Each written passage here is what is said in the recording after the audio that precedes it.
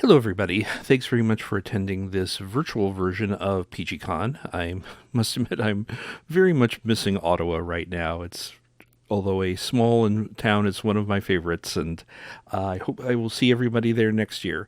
But for now, we're doing this virtually, and this is a pre-recorded talk, and the title is Database Disasters and How to Find Them.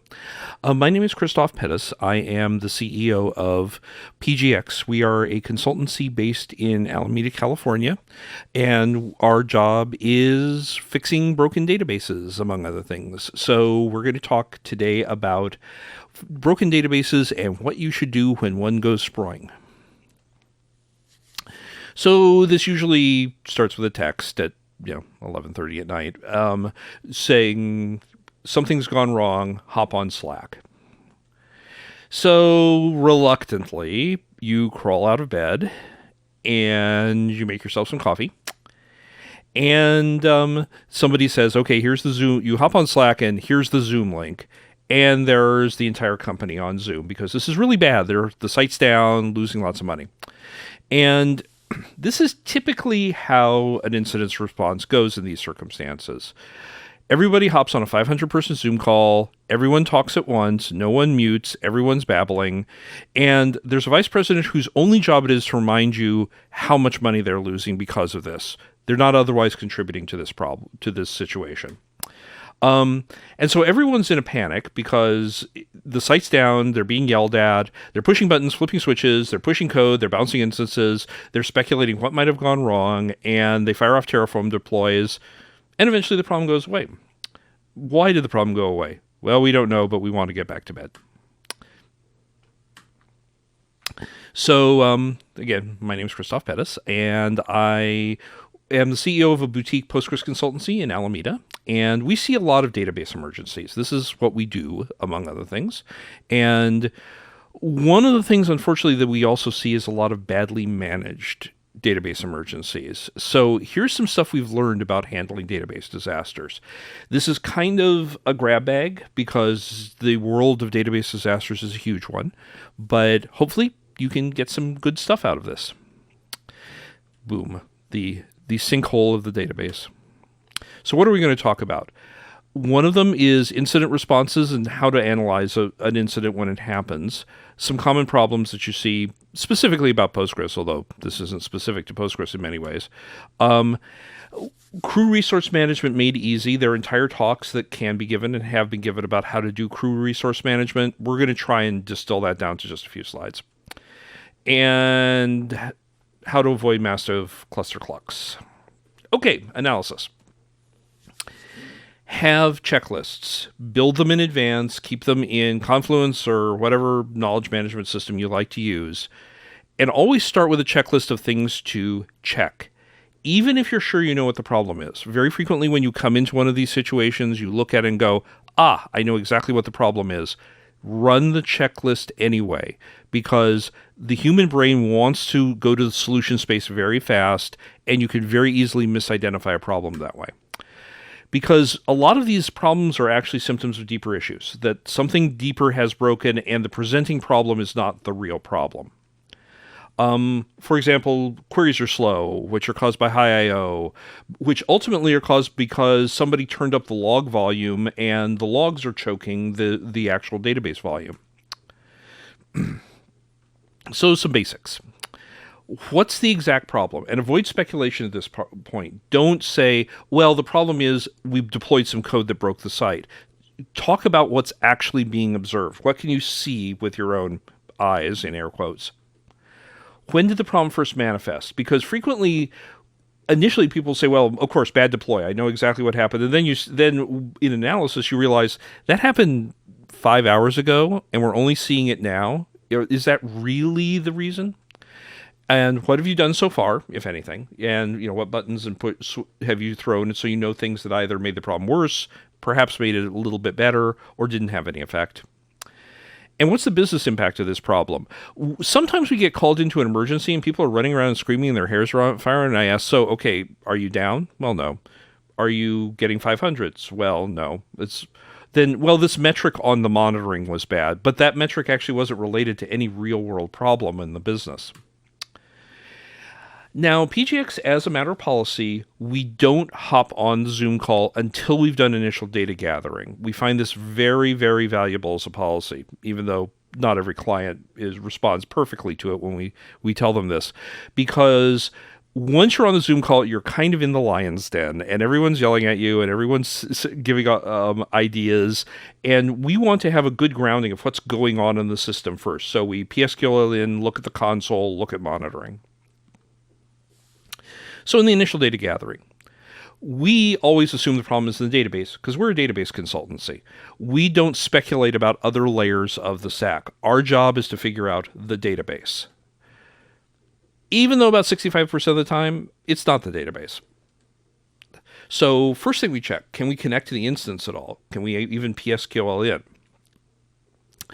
So this is especially important on a managed instance, things like RDS, Google Cloud SQL, things like that, where that's your only access to it. You can't even get to the underlying hardware.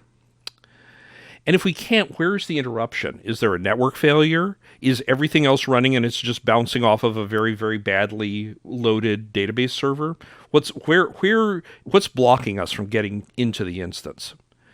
Can we get anywhere in the network infrastructure? We've had things where we were told the database is down, and we walked through it, and we realized actually the front end firewall had blown out, and nothing was up. But I guess they like us or something, so we got the call. What particular kind of connection failure is occurring? A connection refused error is different from a timeout. Connection refused, you know at least the instance is up and is taking the time to send back a nope packet to you, as opposed to just packets falling on the floor.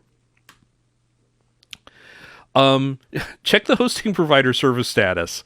It's really embarrassing to spend all this time and realize that actually there's a red service status on the hosting saying that this data center is known bad. So it saves you a little bit of time that way. If you are on any kind of managed hosting provider, open a ticket immediately. For example, if you're on RDS, open a ticket with Amazon first thing.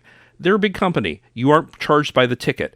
And you want to get their internal clock starting on repairing it. You can always close it later if you discover it's resolved. And keep it updated with more detailed findings. It's important that as you know more things, put it on the ticket so that the hosting providers, customer service engineers, can look at what's going on. Okay, we've determined the database server, and pretty much only the database server is hard down. So we know where the problem is. The database server is just not there anymore. So look at the monitoring metrics. Is it capacity related? Is it an instance failure? What can you see about what's going on in the instance? If it's instance related, our advice is usually just fail over to your secondary and ask questions later. Get the site back up. You can always go back and diagnose what happened later, but try and get yourself on the air as fast as possible. If it's capacity related, find the source of the load before just failing over, because whatever may happen will just nail the secondary just like it was nailing the primary. So if there's a query burst, I/O has gone bad, things like that, find the source of the load and see if it can be shed before you just do the failover. But then often the failover is the right thing. Let's say it's capacity related. Check the connection levels. Did you have a connection storm? One of the, I'll get to I/O in a minute, but one of a very common problem in Postgres can be a large number of new application servers are fired up, each one of which wants 25 connections to the database. And so suddenly Postgres is having to fork off 2,000 backends all at the same time. And it's a Linux process. Forking 2,000 Linux processes at the same time is not going to be fast. How's I/O doing? Are you saturated on it? Are you seeing a really high level of I/O waits? For example, this is very common in things like NAS servers. That's redundant, NAS server. In things like NAS boxes, where suddenly the NAS box is having trouble responding either because of networking or something internal going on. EBS, sadly, is notorious for this. And what's the source? Is it read? Is it write? Is it wall related? Are you suddenly generating tons of wall and choking the server that way? Can it be logging? Sometimes on RDS, for example, sometimes we see logging by itself is starting to cause I/O problems on the database volume. Is there memory exhaustion? Work mem setting too high, that kind of thing. Um, and what's the disk usage like? Is the disk usage relatively stable? Is it being eaten up, or is it even near exhaustion? Check the logs. Are there errors? Very frequently, can be quite chatty about errors, so very likely you're seeing a ton of errors being spat out into the logs. Find that out. Are you seeing excessive lock waits? For example, a transaction started, grabbed a bunch of locks, and then kind of just sat there, and everything else is piling up behind that. Was there a migration that got turned loose that locked a popular table, and everything's piling up behind that? Are normally fast queries suddenly showing up as slow? The kind of query that you expect to complete in a millisecond or two is suddenly taking a matter of seconds. That's an extremely important thing to know if it's happening. Are you getting connection storms? Bunch of app servers waking up, front end traffic, or someone's trying to compromise the site either by doing security or otherwise by pounding it with connections. Are you seeing a lot of temporary file activity? There's suddenly a huge number of temp files are being created where previously you kind of didn't expect to see that. And what's going on at the application layer while all this is going on? What errors is the application getting, if any? Is the application unable to connect even though we can? Very frequently we'll PSQL in, look around, and everything looks fine. What's going on? This looks normal enough, but the application is being blocked for other reasons. The PG bouncer in the middle is having trouble, things like that. Is there a networking problem that's affecting the application but not just routine us coming in with PSQL? Did the pooler get changed? Changing settings in PG bouncer and suddenly PG bouncer is having trouble. This is very common, unfortunately, in modern application stacks, is the application will keep spawning new threads and opening new connections to try and keep requests happening. The result being it will very frequently make a bad situation worse by opening a bunch of connections, something starts slowing it down, and its reaction is, well, these 20 connections are being slow, let's try 40, and things just go completely pear-shaped. Look at the onset pattern. How did this start? What was going on here? Was it sudden or gradual? Was it correlated to a particular process, like a background job that runs once a day, things like that? Auto vacuum activity. I do kind of joke that it's never lupus, it's never twins, and it's never auto vacuum. There is this tendency to blame auto vacuum right away for every problem. Avoid that, but sometimes it does happen. A big auto vacuum freeze, auto vacuum to prevent XID wraparound, wakes up and starts grinding through a lot of I/O. Is there a locking situation? Look at PG locks. Are things starting to pile up on locks for some reason? Either internal lightweight locks, row locks, that kind of thing. Any kind of sudden metric change. Did memory usage suddenly go up? I/O go up or down, for that matter. Sudden burst of network activity. Look at what was happening in your monitoring at the time of onset. A very important thing to look at is I/O latency and throughput. Did I/O latency go up suddenly in a spike? That's a very good thing to know. And then look at the problem distribution. Is it on the primary? Is it on the secondary? Or is it on both? This is assuming you have an installation with primaries and one or more secondaries, but that's pretty common on any kind of reasonable installation. Are there load distinctions between the two? For example, if you're only seeing it on the secondary, does it get a lot more traffic than the primary? That's pretty common for read-heavy workloads because the application stack is set up to do most of its reading off of a secondary. Is the replication lag increasing or spiking? So that can often be a sign of things like heavy query traffic is starting to drive up replication lag on a binary replica. Were there changes in replica configuration correlating with the problem? Like you eliminated a secondary, added another, that kind of thing. And, what's going on in the app? Was there a recent redeploy? Recent doesn't have to be that instant. I know I mentioned earlier about, what if it was 5 hours ago? But sometimes these things can be not directly correlated because the redeploy was benign until you started getting high traffic load. So that's something to make sure you know. Configuration change. Did you just spin up a bunch of new app servers, anything like that? increasing or decreasing connection limits, pooling? Did you just let every app server have 20 connections where it had 5 before? Things like that. Changing PostgreSQL.conf. Was there a change in the parameters before this happened? Is there an unusually high or low query volume? Did the number of queries go up a great deal? Often that's correlated with a code change, or just traffic on the site. Is individual query performance changing? Again, the 1 millisecond query that's suddenly taking a second. Changes to query plans. This can be a very sudden and very surprising thing where suddenly the Postgres changes how it plans a query, and if it's a very high volume, supposed to be fast query, that can really damage the database performance. Are there large resource-consuming queries going on, like reporting and things like that, that suddenly have been grinding the system down? Also look at the state of the transactions. Are there long-running transactions that may be holding locks, collecting other resources?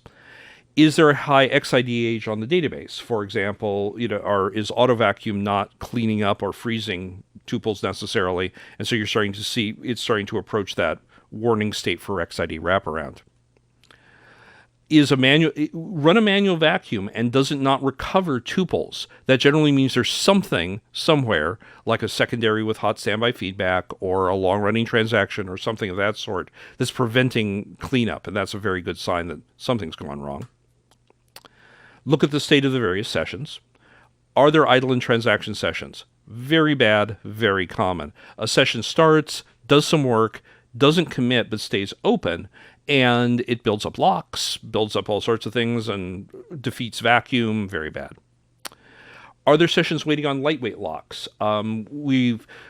For example, as just one example, subtrans SLRU is one that you can see sometimes in failing systems.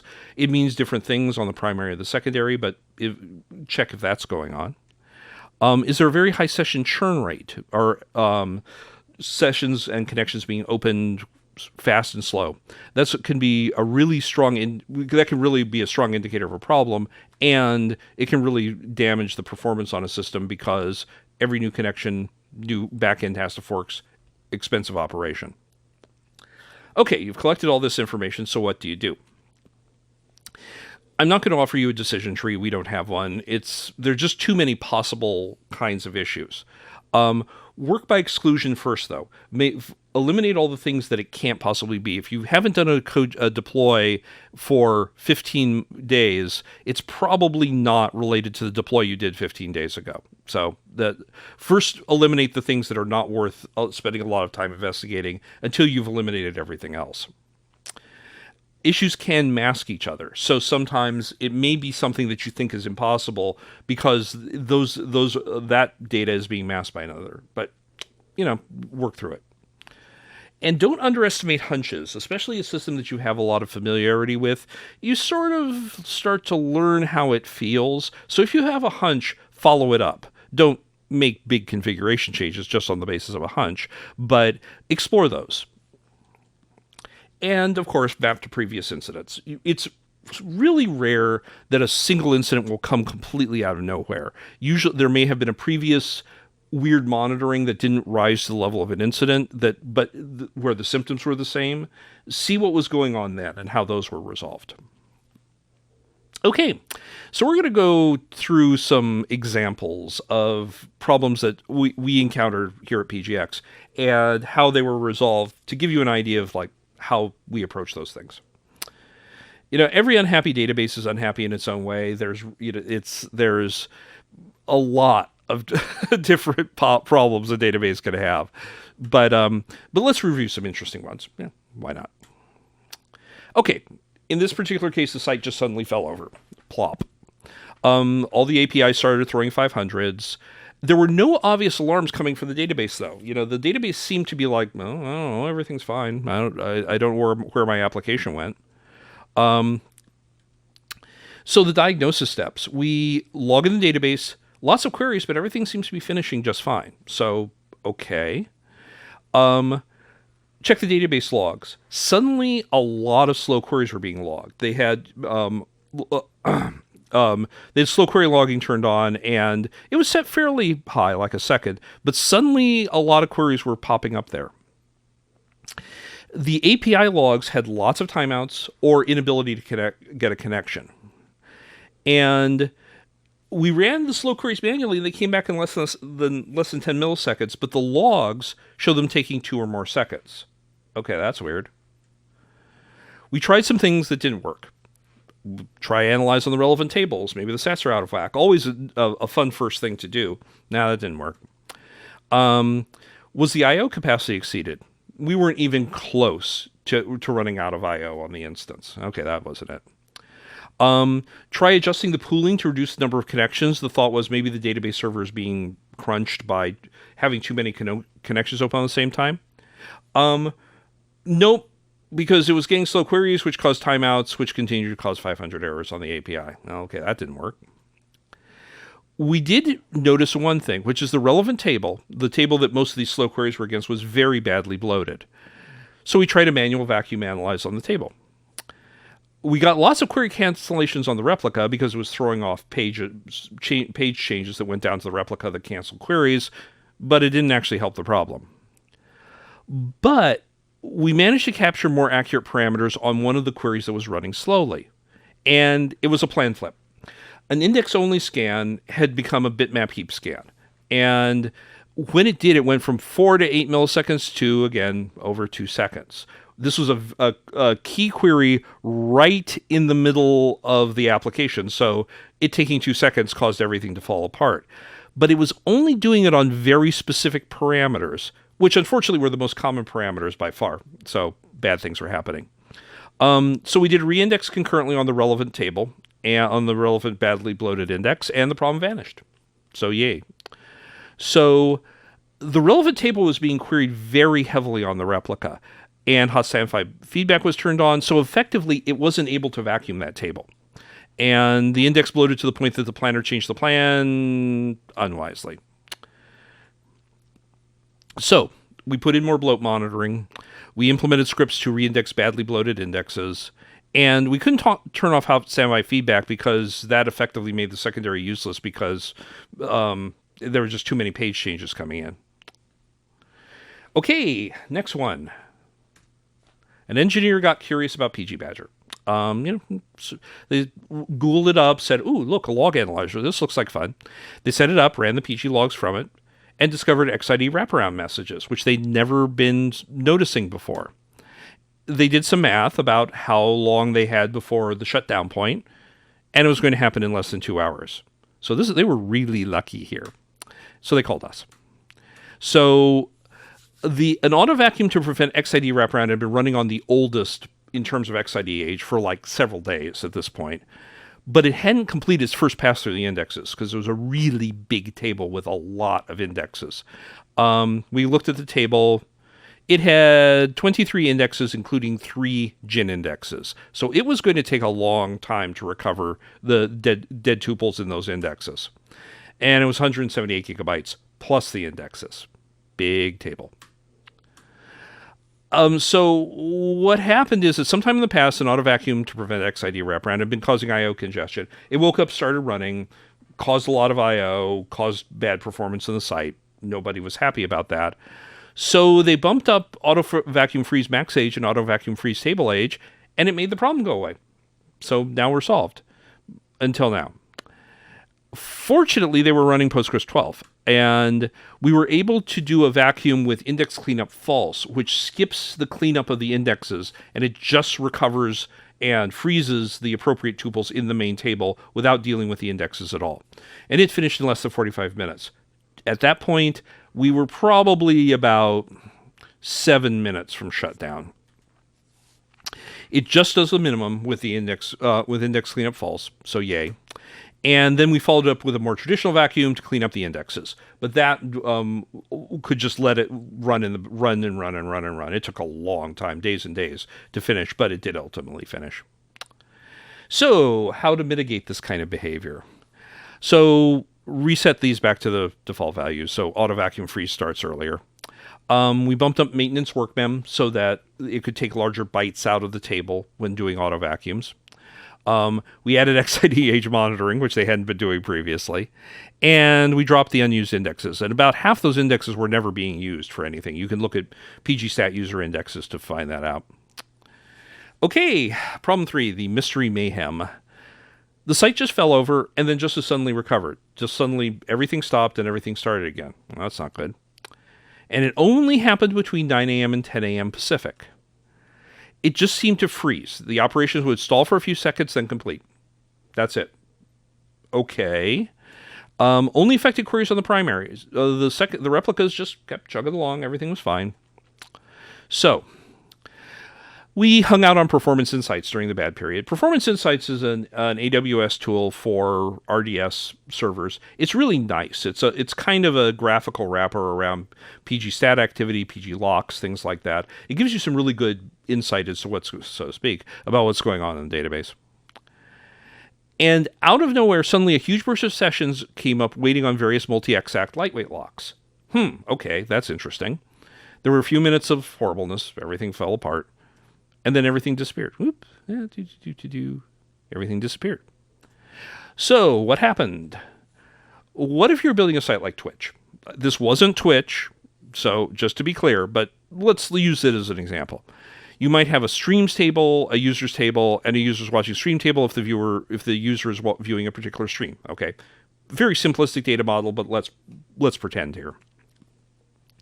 So let's say you have a really popular streamer and they sign on and start streaming. What's going to happen? All these users are going to sign on. They're all going to start watching the stream, and tens of thousands of records all get created in the users watching stream table at the same time. And each of them have a foreign key into streams and into users, because it's effectively a many-to-many table, right? Okay. Kaboom. Each of those insist statements takes a four key share lock, on the same row in streams because everyone's watching the same stream. And PostgreSQL handles this situation by using the multi-exact system because you have literally, in some cases, thousands of sessions, all with a lock on a single row, on the same single row. But the multi-exact data structures of Postgres have a limited size in memory. After that the structures in memory fill up, things get spilled to secondary storage. And it all keeps working. Postgres does a heroic job of making sure this is all okay. But this spilled secondary storage is particularly slow in certain environments.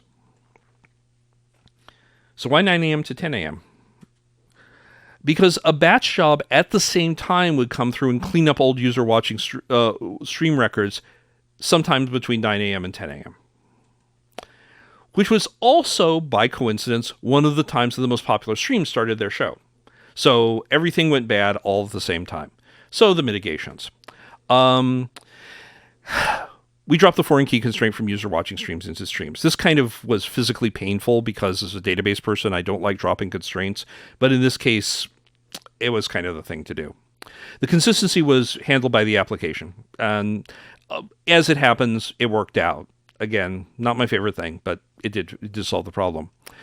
We moved stream joining into a batch process so that in these cases where 1,000 people all sign on at the same time, they're processed through batch jobs to limit the concurrency at the same time. And smaller stream joins, like when 10 people sign up, could all be handled the previous way. This meant we could combine them all into a single transaction, which was significantly more efficient anyway. And the site paid the big streamer to go on at 12:30 p.m. Okay, that's a joke. Didn't really happen, but we did talk about that on the Zoom call. So no, what we did was we moved the cleanup job to an adaptive low demand period. There was enough intelligence to say, okay, we know not many people are going to start streaming at this point, so we're going to do the cleanup job then instead of at 9 to 10 a.m. Okay, upgrade follies. So this is slightly historic, but call back into memory the 9.6 days. They were going to upgrade an RDS instance from 9.6 to 10. Shiny, new, well-reviewed parameter group for the version 10 server. The upgrade went very smoothly. The application came back up. Everything was fine. Oh, not so fine.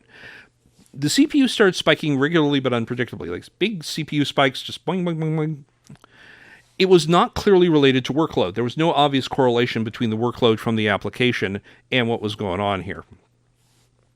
All the individual queries seemed to be running normally. Okay. I/O was doing fine.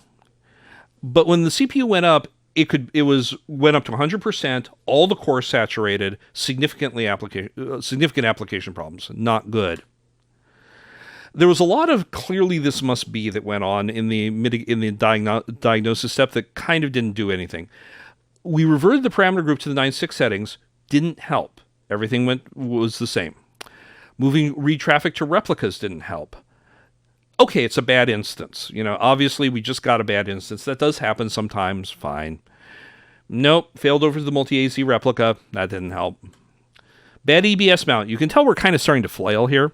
Bad EBS mounts do happen, but at the point that this is like, you're going down this path, you're starting to get a little desperate. Now, since we failed over, multi-AZ replica uses a different EBS mount. Nope, same problem. It was like, is it the phase of the moon? What's going on here? So what finally helped? We increased logging, connections, checkpoints, lock weights, and checkpointing was happening almost continuously. Like every time a checkpoint would finish, another one would just start up. But why? The workload was the same, checkpoint parameters were the same. Oh. So max wall size. In version 9.6, max wall size is in 16 megabyte units. The internal unit for that setting is 16 megabytes. In version 10, max wall size is 1 megabyte units. If you're using the traditional PostgreSQL.com format, you can just stick everybody writes it as max wall size is this many of megabytes or gigabytes. You don't really know what the internal unit is because Postgres converts it to that unit for you from a more natural representation. RDS doesn't do that. One of the things I really don't like about RDS, sadly, is you have to specify a single scalar unitless integer value, and it's taken as the internal unit value. So it's dimensionless, and they're assumed to be in native units. So we cut max wall size down to 1/16 by just using the same value. So checkpoint was happening a lot more frequently, and it crushed the instance. We updated, the client, under our guidance, updated the scripts to specify actual units, which was a heroic undertaking, but they did a good job. We scolded AWS. The documentation didn't really mention this. Okay, death by subtransactions. This has come up a lot lately. I'm not sure. Weirdly, Postgres problems seem to run in cycles. I'm not sure why, but here we are. The site was just suddenly falling over. Thunk. Insert statements on the primary randomly taking a long time, and by a long time, these could take like minutes. There were no new code pushes in that area for weeks. Nothing going on there. No significant change in workload. No obvious monitoring issues. Okay, diagnosis steps. Sessions were very frequently waiting on subtrans SLRU. It's a lightweight lock, guards that internal data structure.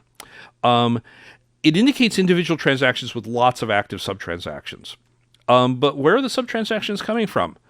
The query, one thing you could do is log every query and just look for save point statements, but there was no way we could do that. The query volume was just way too high. They weren't using PGSQL, which is often a source of subtransactions because exception blocks in PGSQL generate a subtransaction. We once saw a site that kind of got into trouble because there was a trigger written in PGSQL that had an exception handler inside of it, and that exception handler would almost always fire. So lots of subtransactions being created. And the developers swore they don't use subtransactions, and the problem showed up with no recent code changes. So we were inclined to believe them. So I ran this looking for the word atomic open paren. It was a Python app using the Django framework. So what's atomic though? It's a Django ecosystem Python decorator wrap database actions in a transaction. If you're familiar with Python, you say, with atomic, blah, blah, blah, and it will create a transaction for you. And if it's used with no transaction open, it creates one, logically. But if there is a transaction open, by default, it creates a subtransaction to kind of emulate a nested transaction. Okay. So over a month before, an atomic decorator had been added to a recursive function.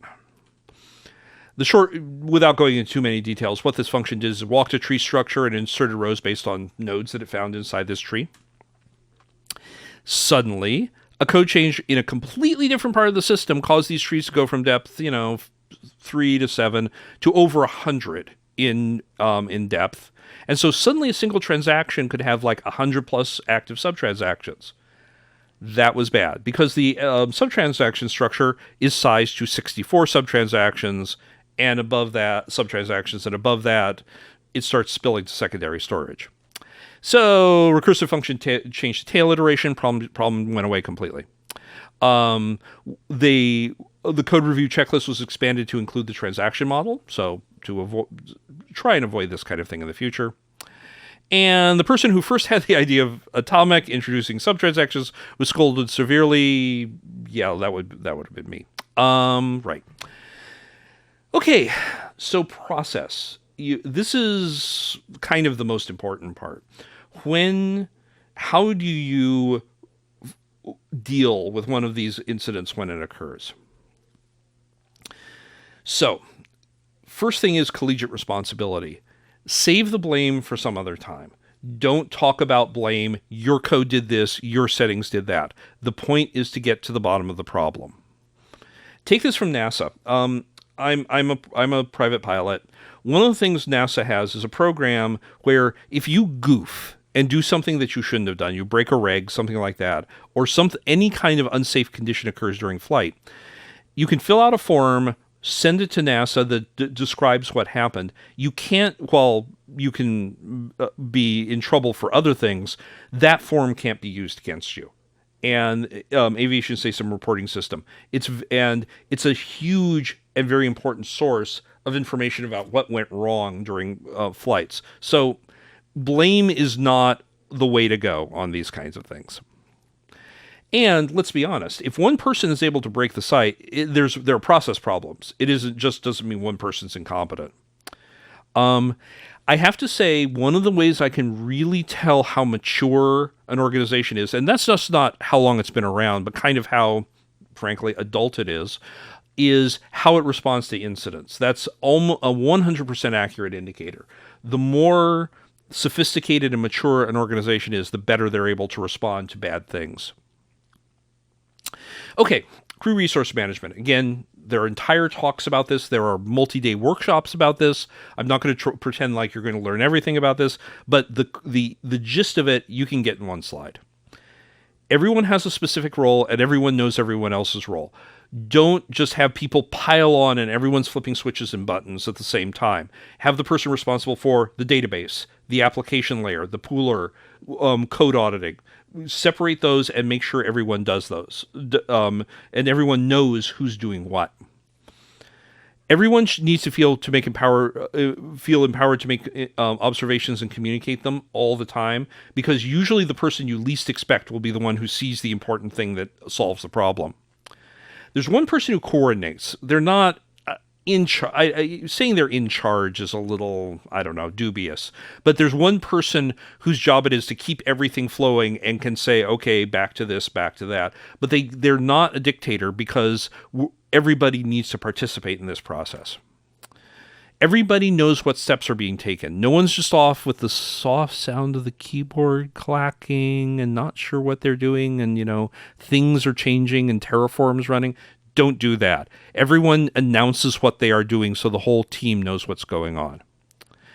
If you're doing something big, not every, logging into Datadog, it does not require double checking. But if you're about to change something big, have someone else confirm exactly what you're doing. Because you're going to be tired, you're going to be stressed, you want a second pair of eyes there. Follow the documented procedures until they're no longer useful. Don't go off the rails the very first thing, as tempting as that could be. Work the checklists. Go through previous incidents. If at some point it becomes obvious you're in new terrain, that's fine. Leave the documented procedures, but don't do it instantly. Wait until you're off in the weeds.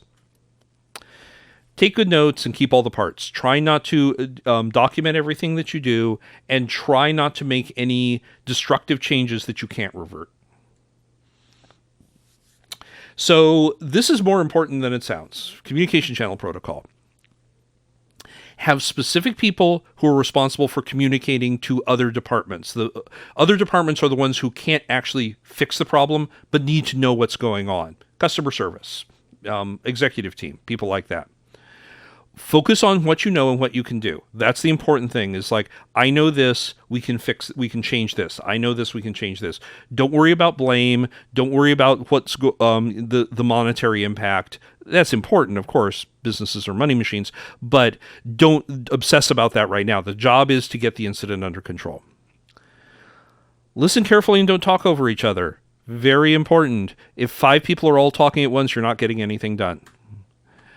Keep notes. Slack is better than Zoom in this regard. One of the reasons that we kind of try to play down Zoom on incident response is that it's not self-documenting the way Slack is. If management is not actively working on the problem, they need to be off the call. I understand. Somebody with a lofty title, you can't just bark no at them, but set this up in advance as a commitment from them.